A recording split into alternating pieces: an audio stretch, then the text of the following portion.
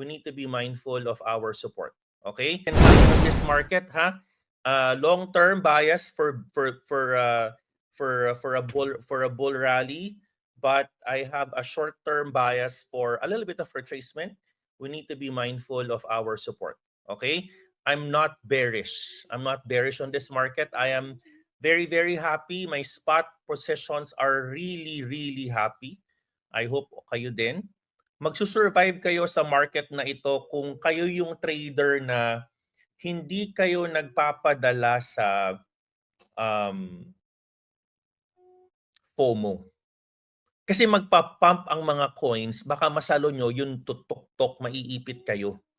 And hindi nyo naman kaya yung pressure ng pagbaba ng candle, ipit kayo dun, kawawa kayo dun eh. So please make sure, wag kayong magpapadala sa mga coins